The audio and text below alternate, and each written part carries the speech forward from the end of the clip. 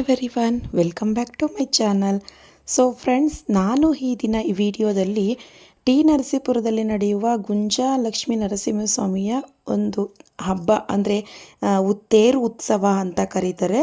So ಆ ಊರಲ್ಲಿ ಗುಂಜಾ ಲಕ್ಷ್ಮೀ ನರಸಿಂಹಸ್ವಾಮಿ ದೇವರ ಉತ್ಸವವನ್ನು ತೇರನ್ನ ಯಾವ ರೀತಿ ಆಚರಣೆ ಮಾಡ್ತಾರೆ ಅನ್ನೋದನ್ನು ನಾನು ಈ ವಿಡಿಯೋದಲ್ಲಿ ತೋರಿಸ್ತಾ ಇದ್ದೀನಿ.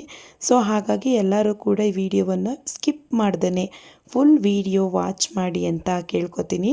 ಫುಲ್ ವಿಡಿಯೋದಲ್ಲಿ ನಾನು ಮಾತಾಡೋದಿಲ್ಲ ಇದರ ಬಗ್ಗೆ, ಯಾಕಂದರೆ ಇಲ್ಲಿ ನಡೆಯುವಂಥ ಆಚರಣೆಯನ್ನು ನೀವು ನೋಡಬೇಕು, ಕೇಳಿಸ್ಕೊಳ್ಳೋದಲ್ಲ. ಸೊ ನೋಡ್ತಾನೆ ಪ್ರತಿಯೊಂದು ಊರಲ್ಲೂ ಕೂಡ ಅದರದ್ದೇ ಆದ ಒಂದು ಸಂಪ್ರದಾಯ ಆಚರಣೆ ಇರುತ್ತೆ. ಈ ಊರಲ್ಲೂ ಕೂಡ ತುಂಬ ಚೆನ್ನಾಗೇ ಮಾಡ್ತಾರೆ. ಇದು ಒಂದು ಪ್ರಸಿದ್ಧವಾದ ಹಬ್ಬ ಅಂತಲೇ ಹೇಳ್ಬೋದು. ಹಾಗಾಗಿ ನಾನು ಒಂದು ಸಣ್ಣ ವಿಡಿಯೋ ಮೂಲಕ ನಾನು ಈ ಹಬ್ಬವನ್ನು ತೋರಿಸ್ತಾ ಇದ್ದೀನಿ. ಸೊ ಹಾಗಾಗಿ ಫುಲ್ ವಿಡಿಯೋ ವಾಚ್ ಮಾಡಿ ಅಂತ ಕೇಳ್ಕೊತೀನಿ. ಈ ಹಬ್ಬ ಶುರುವಾಗುವುದು ಯಾವಾಗಲೂ ಕೂಡ ಮಾರ್ಚ್ ತಿಂಗಳಲ್ಲಿ ಮಾಡ್ತಿದ್ರು ಈ ಹಬ್ಬನ.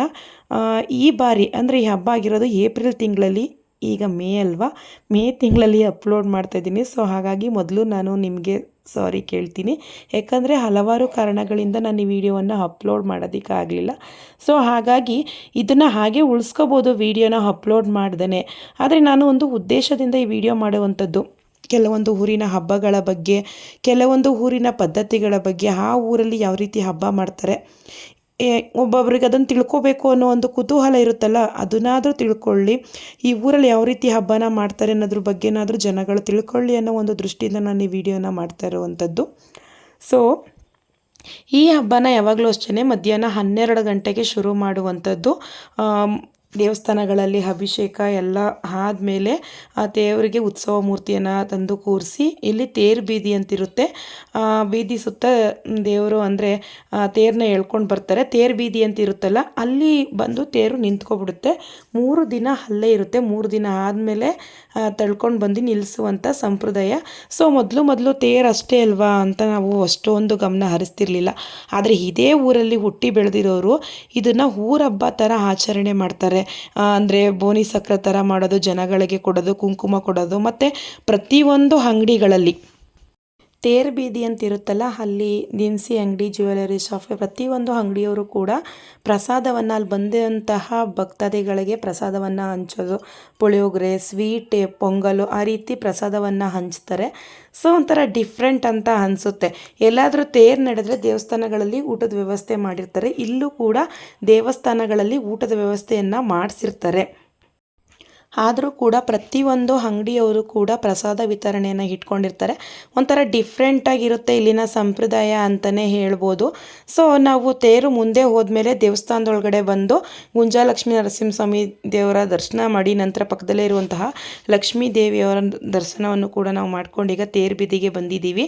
ನೀವು ಇಲ್ಲಿ ನೋಡ್ತಾ ಇರ್ಬೋದು, ಆಲ್ರೆಡಿ ನಾವು ಇಲ್ಲಿಗೆ ಬರುವಷ್ಟರಲ್ಲೇ ತೇರು ಬೀದಿಗೆ ಒಂದು ರೌಂಡ್ ಹಾಕ್ಕೊಂಡು ತೇರು ಬರ್ತಾಯಿತ್ತು. ನೋಡೋದಕ್ಕೇ ಹಬ್ಬ ಅಂತಲೇ ಹೇಳ್ಬೋದು.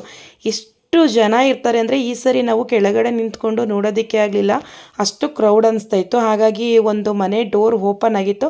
ಅವ್ರು ಹೇಳ್ತಾಯಿದ್ರು ಇಲ್ಲಿ ನೋಡೋದಕ್ಕಾಗಲಿಲ್ಲ ಅಂದರೆ ಟೆರೆಸ್ ಮೇಲೆ ಹೋಗಿ ನೋಡ್ಬೋದು ಅಂತ ಹೇಳಿದ್ರು. ಹಾಗಾಗಿ ನಾನು ಮತ್ತು ಹಸ್ಬೆಂಡ್ ಇಬ್ಬರು ಕೂಡ ಟೆರೆಸ್ ಮೇಲೆ ಹೋಗಿ ನಿಂತ್ಕೊಂಡು ದೇವ್ರನ್ನ ನೋಡಿದ್ವಿ. ಸೊ ತುಂಬಾ ಖುಷಿಯಾಯಿತು ಅಂತ ಹೇಳೋದಕ್ಕೆ ಇಷ್ಟಪಡ್ತೀನಿ. ನೀವು ಇಲ್ಲಿ ನೋಡ್ತಾ ಇರ್ಬೋದು, ಮೊದಲು ನಾವು ಬಂದಾಗ ಕೆಳಗಡೆ ನಿಂತ್ಕೊಂಡಿದ್ವಿ ದೇವ್ರು ನೋಡೋದಕ್ಕೆ, ಅಷ್ಟು ಕಾಣಿಸ್ತಾ ಇರಲಿಲ್ಲ. ಒಂದಷ್ಟೊತ್ತು ನಿಂತ್ಕೊಂಡು ಸೆಲ್ಫಿ ವಿಡಿಯೋ ಮಾಡೋದು, ದೇವ್ರು ನೋಡೋದು, ಮತ್ತು ಇಲ್ಲಿ ಹಣ್ಣು ಜೊನೆ ತಗೊಂಡು ದೇವ್ರಿಗೆ ಎಸಿಯೋಕ್ಕೆ ಹಣ್ಣು ಜೊನೆ ಎಲ್ಲ ತಗೊಂಡು ನಿಂತಿದ್ವಿ.